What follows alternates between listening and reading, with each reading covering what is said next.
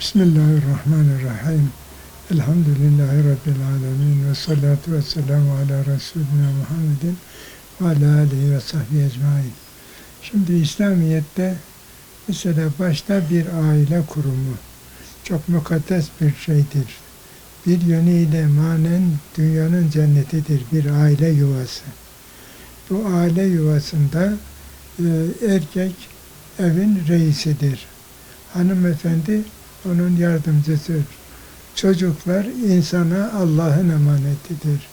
Hani o çocuklara Allah'ın emanetine nasıl riayet ediliyor? Çocukların ihtiyaçlarına anne ve baba öyle ihtiyaç edecekler, bakacaklar, yetiştirecekler. Tam olgunluğa, rüşte erinceye kadar. Ve bunlar rüşte erinceye kadar anne ve baba, tabi başta baba, onların her türlü ihtiyacını gücü yettiği ölçüde temin etmekle yükümlüdür. Allah'ın emri böyledir. Nafaka deyince tabi bu genel manada olur.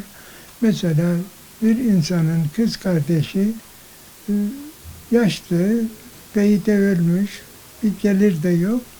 Kız kardeşinin nafakasını gücü yettiği ölçüde temin etmekle görevlidir.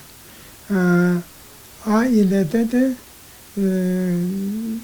yani bir ayrılma şeklinde olduğu zaman yani irtibatları tamamıyla kırıldı, imkansız hale gelme durumu var.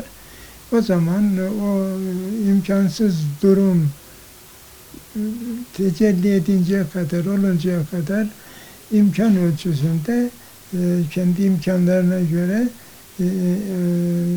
ailenin reisi o nefakayı teminle yükümlüdür. Ama ayrı da olabilirler.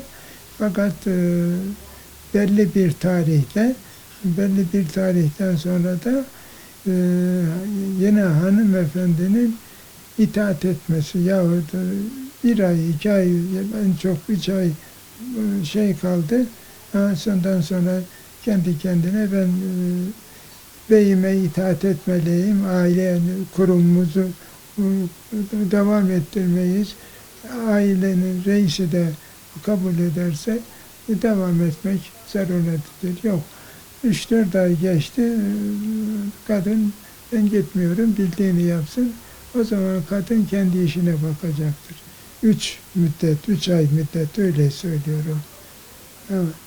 Yani nafaka 3 ay. 3 ay şeydir.